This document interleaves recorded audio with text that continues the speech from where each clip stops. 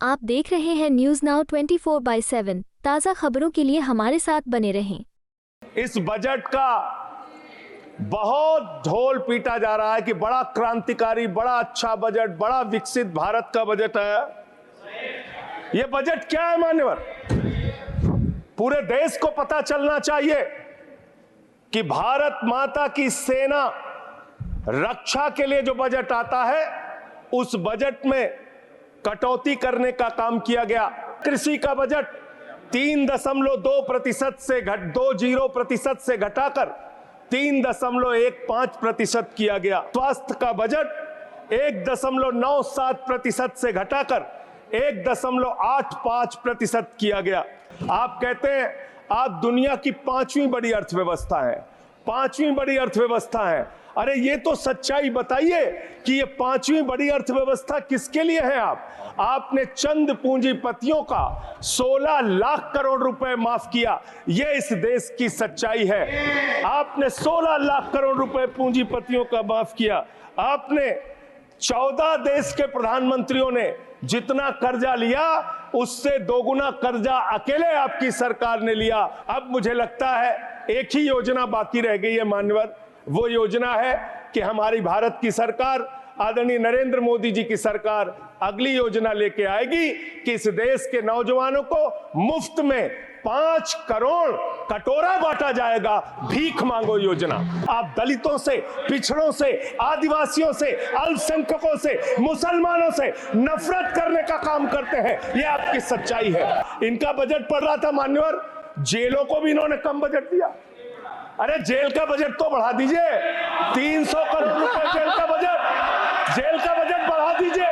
अरे अभी हमको जेल में भेजा है, कल तुमको जेल में आना है, तुम सबको जेल में आना है। जेल का बजट बढ़ा दो, जेलों को ठीक कर दो, अगला नंबर तुम्हारा है। धन्यवाद मान्यवर, आपने बजट पर मुझे बोलने का मौका दिया। मैं अपनी बात शुरू करना चाहूंगा मान्यवर। हमारे कुछ दोस्त जो कभी इधर हुआ करते थे अब वो उधर चले गए हैं, उनके लिए चंद पंक्तियों से अपनी बात शुरू करूंगा कि कैसा ये हादसा है मेरी जिंदगी के साथ, कैसा ये हादसा है मेरी जिंदगी के साथ। मैं हूं किसी के साथ, मेरा दिल किसी के साथ। तो जो लोग उधर चले गए मान्यवर, उनका दिल हमारे साथ है, भले वो किसी के साथ हो। मान्यवर, इस बजट का बहुत ढोल पीटा जा रहा है कि बड़ा क्रांतिकारी, बड़ा अच्छा बजट, बड़ा विकसित भारत का बजट है। यह बजट क्या है मान्यवर? पूरे देश को पता चलना चाहिए कि भारत माता की सेना रक्षा के लिए जो बजट आता है उस बजट में कटौती करने का काम किया गया। 9.6% से घटाकर 9.43% किया गया। भारत का अन्नदाता किसान जो अपने खून पसीने से देश को चलाने का काम करता है मान्यवर, उसका बजट, कृषि का बजट 3.2% से 20% से घटाकर 3.15% किया गया। स्वास्थ्य का बजट, हिंदुस्तान 144 करोड़ लोगों का देश है मान्यवर, लेकिन बड़े अफसोस के साथ कहना पड़ रहा है कि स्वास्थ्य का बजट 1.97% से घटाकर 1.85% किया गया। ट्रांसपोर्ट का बजट 11.48% से घटाकर 11.28% किया गया। पेंशन, जहां एक तरफ पुरानी पेंशन की बहाली की मांग हो रही है, लाखों कर्मचारी सड़क पर हैं और मांग करते हैं कि पुरानी पेंशन बहाल किया जाए। इस सरकार ने पेंशन का बजट 5.20% से घटाकर 5.04% करने का काम किया। एनर्जी का बजट 2.10% से घटाकर 1.42% करने का काम किया। वैज्ञानिक विभाग का बजट 0.7% से घटाकर 0.6% करने का काम किया। फूड सब्सिडी का बजट 4.38% से घटाकर 4.25% करने का काम किया। नॉर्थ ईस्ट के विकास का बजट मणिपुर की तो चर्चा आपने नहीं की, लेकिन नॉर्थ ईस्ट के विकास का बजट आपने 0.13% से घटाकर 0.12% करने का काम किया। सामाजिक कल्याण जिसमें आपका बिल्कुल यकीन नहीं है, उसका भी बजट आपने घटाया, 1.22% से घटाकर 1.17% करने का काम किया। आपने फर्टिलाइजर का, खाद का बजट 3.88 से घटाकर 3.4% करने का काम किया और फूड सब्सिडी आपने घटाने का काम किया। यह है आपके विकसित भारत के खोखले बजट की सच्चाई। हर वर्ग को आपने चोट पहुंचाने का काम किया। मान्यवर, आप कहते हैं आप दुनिया की 5वीं बड़ी अर्थव्यवस्था है, 5वीं बड़ी अर्थव्यवस्था है। अरे ये तो सच्चाई बताइए कि ये 5वीं बड़ी अर्थव्यवस्था किसके लिए है। आपने चंद पूंजीपतियों का 16 लाख करोड़ रुपए माफ किया। ये इस देश की सच्चाई है। आपने 16 लाख करोड़ रुपए पूंजीपतियों का माफ किया। आपने 14 देश के प्रधानमंत्रियों ने जितना कर्जा लिया उससे दोगुना कर्जा अकेले आपकी सरकार ने लिया। आपने 150 लाख करोड़ रुपए कर्जा लेने का काम किया, देश को कर्ज में डुबाने का काम किया। मान्यवर, मैं बताना चाहता हूं इस सरकार से किन किन वर्गों को उम्मीद थी। इस सरकार से उम्मीद थी देश के अन्नदाता किसानों को कि आप एमएसपी दोगुना करेंगे। आपने एमएसपी दोगुना नहीं की, आपने किसानों की फूड सब्सिडी का काटने का काम किया, फर्टिलाइजर सब्सिडी काटने का काम किया, कृषि क्षेत्र को देने वाले बजट को खत्म करने का काम किया। बेरोजगारों को उम्मीद थी, 10 साल में आपने कहा था मान्यवर 20 करोड़ नौकरियां देंगे, 20 करोड़ नौकरियां आपने नहीं दी। फिर नौजवानों ने कहा नौकरी दो, नौकरी दो। फिर आपने कहा पकौड़ा तल लो, पकौड़ा तल लो। फिर आपने कहा पान की दुकान लगा लो, पान की दुकान लगा लो। फिर आपने कहा 4 साल की नौकरी कर लो, सेना में 4 साल की नौकरी। मैं मान्यवर आपके माध्यम से भारत के प्रधानमंत्री से बड़ी विनम्रता पूर्वक पूछना चाहता हूं, देश के प्रधानमंत्री को 73 साल की उम्र में तीसरी बार प्रधानमंत्री बनना है, लेकिन किसान का बेटा नौजवान सेना में 4 साल की नौकरी करेगा। ये भेदभाव क्यों है? मैं पूछना चाहता हूं मान्यवर, आपके माध्यम से इस सरकार से जानना चाहता हूं अगली योजना क्या आएगी आपकी। आप कह रहे हो इंटर्नशिप योजना, ट्रेनिंग योजना, 5,000 रुपए की ट्रेनिंग ले लो, 5,000 रुपए की ट्रेनिंग ले लो। मान्यवर, 5,000 रुपए की ट्रेनिंग 500 बड़ी कंपनियों में आप देंगे। मुझे भारत की 100 कंपनियां आप बता दीजिए जिसमें एक कंपनी में आप 4,000 ट्रेनी रख सकते हैं।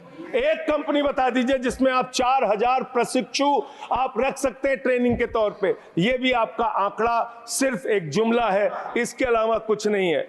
अब मुझे लगता है एक ही योजना बाकी रह गई है मान्यवर, वो योजना है कि हमारी भारत की सरकार, आदरणीय नरेंद्र मोदी जी की सरकार अगली योजना लेके आएगी कि इस देश के नौजवानों को मुफ्त में 5 करोड़ कटोरा बांटा जाएगा। भीख मांगो योजना, भीख मांगो योजना लाने का काम ये लोग करेंगे। मान्यवर, इस देश में आपने अर्थव्यवस्था को लेके कहा 5वीं बड़ी अर्थव्यवस्था है। वो 5वीं बड़ी अर्थव्यवस्था का लाभ किसको मिल रहा है? आपके चंद पूंजीपति मित्रों को, जिसका 16 लाख करोड़ रुपए आपने माफ किया, जो हजारों करोड़ लूटकर हिंदुस्तान से चले गए। मान्यवर, मैं बड़ी विनम्रता पूर्वक कहना चाहता हूं, मित्रों बड़ी डिलीटेड जी डिफिकल्टी। ठीक है सर। मान्यवर, मैं बड़ी विनम्रता पूर्वक आपके माध्यम से पूछना चाहता हूं, क्या इस देश की अर्थव्यवस्था में रेड़ी पटरी वालों का कोई योगदान नहीं? जो 10 करोड़ रेड़ी पटरी वाले पूरे देश में हैं, उनका कोई योगदान नहीं है क्या मान्यवर? वो भी सरकार को टैक्स भरते हैं। आपकी सरकार उनको भी फूटी आंख से देखना नहीं चाहती।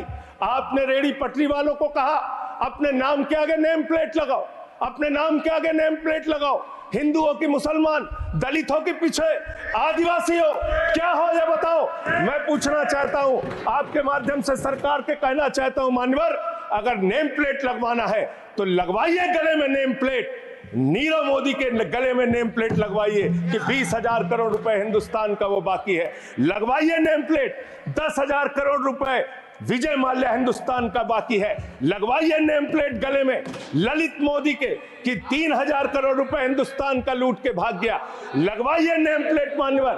मैं कहना चाहता हूं नितिन संदेशरा के कि वो 6000 करोड़ रुपए हिंदुस्तान का लूट के भाग गया। लगवाइए नेम प्लेट अडानी के कि 2.5 लाख करोड़ रुपए का कर्जा आपने एक आदमी को दे रखा है। लगवाइए नेम प्लेट उन पूंजीपतियों को जिन्होंने हिंदुस्तान की बैंकों को खाली करने का काम किया। मान्यवर एक second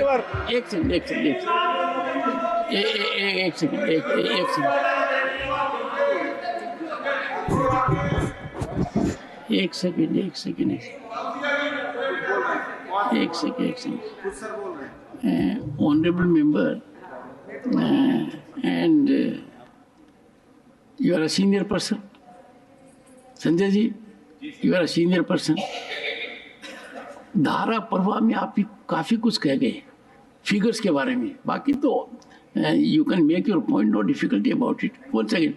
So the figures which you have given, you will have tough time in proving them, because these have been taken in stride. So all that will be deleted, and we will, unless you have real, factually firmed material, use a name. Otherwise, make your point. ठीक है sir, ठीक है sir, thank you sir, make your point. No thank you sir.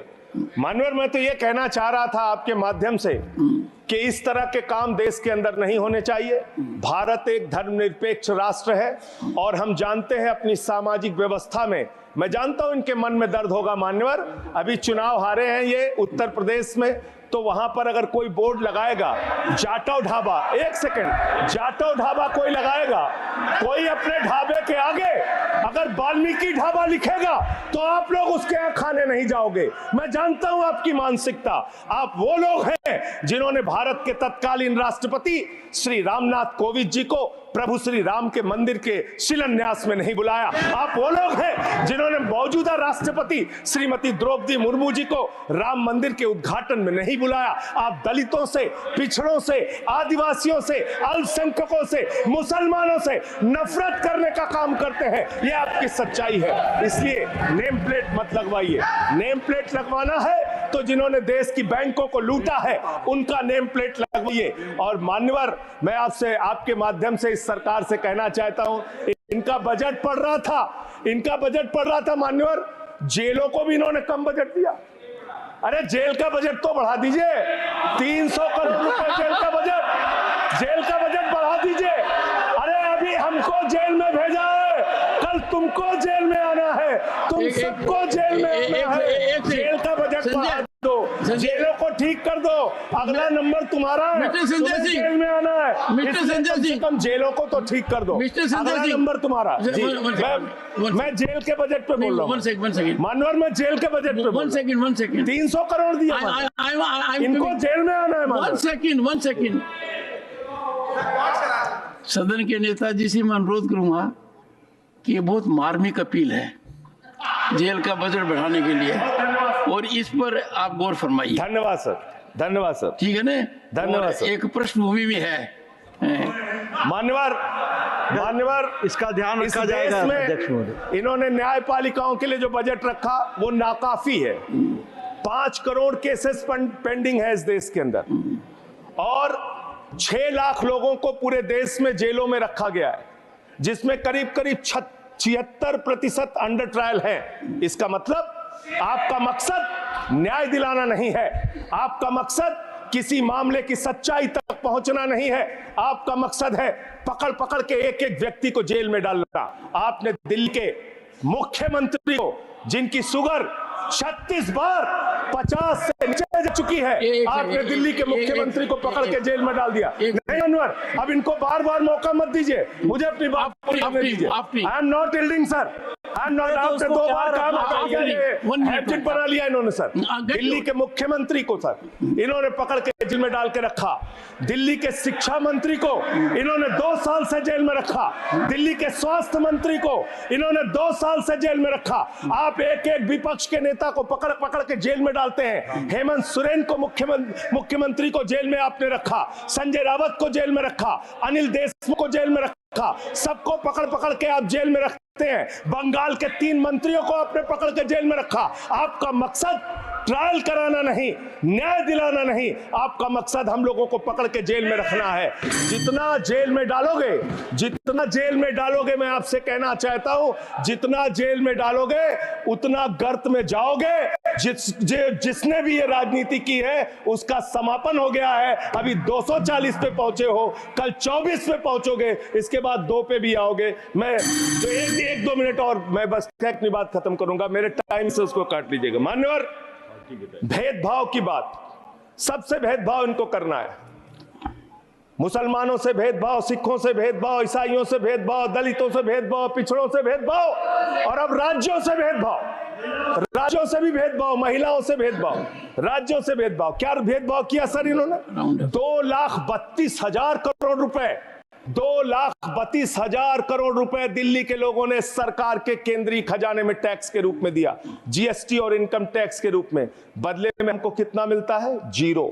9 साल से आप दिल्ली को budget नहीं देते। पंजाब के लोग, बस मेरे में से काट लीजिएगा सर, 1-2 मिनट काट लीजिए, मेरी पार्टी के उसमें से काट लीजिएगा। पंजाब के लिए सर, पंजाब का किसान अपना खून पसीना बहा के खेत में गेहूं पैदा करता है, धान पैदा करता है। आपने 8,000 करोड़ रुपए पंजाब के विकास का पैसा रोक रखा है, विपक्ष के राज्यों का पैसा आपने रोक रखा है। ये भेदभाव क्यों कर रहे हैं आप क्यों कर रहे हैं? आप लिखते हैं राज्यों के विकास से देश का विकास है। ये आप राज्यों का विकास कर रहे हैं। एक एक करके टारगेट करके विपक्षी राज्यों के साथ आपने भेदभाव करने का काम किया। और अंत में कोई मुझे कह रहा था सारे बजट किए, शिक्षा के बजट भी आपने कम कर दिया। मैंने इन लोगों से कहा शिक्षा से इनका कोई लेना देना नहीं है, शिक्षा से इनका कोई लेना देना नहीं। मान्यवर, क्यों लेना देना नहीं है? क्योंकि दिल्ली विश्वविद्यालय में मनुस्मृति पढ़ाने जा रहे हैं ये लोग। मनुस्मृति पढ़ाएंगे कि दलितों के, पिछड़ों के, जिनको आप शूद्र कहते हैं, अगर वो श्लोक सुन लेंगे तो उनके कान में पारा आप कैसे डालेंगे? ये पढ़ाई आप कराने जा रहे हैं दिल्ली विश्वविद्यालय में, ये पढ़ाई आप कराने जा रहे हैं। इसलिए मान्यवर, मैं आपसे यही कहना चाहता हूं, ये बजट हिंदुस्तान के किसान के खिलाफ है, ये बजट हिंदुस्तान के नौजवान के खिलाफ है, ये बजट हिंदुस्तान के व्यापारियों के खिलाफ है। ये बजट सिर्फ और सिर्फ मोदी जी के मित्रों के लिए बनाया गया है, मित्रों के लिए बनाया गया है, मित्रों के लिए बनाया गया। आपको यह वीडियो पसंद आया हो तो इसे लाइक करें, हमारे चैनल को सब्सक्राइब करें।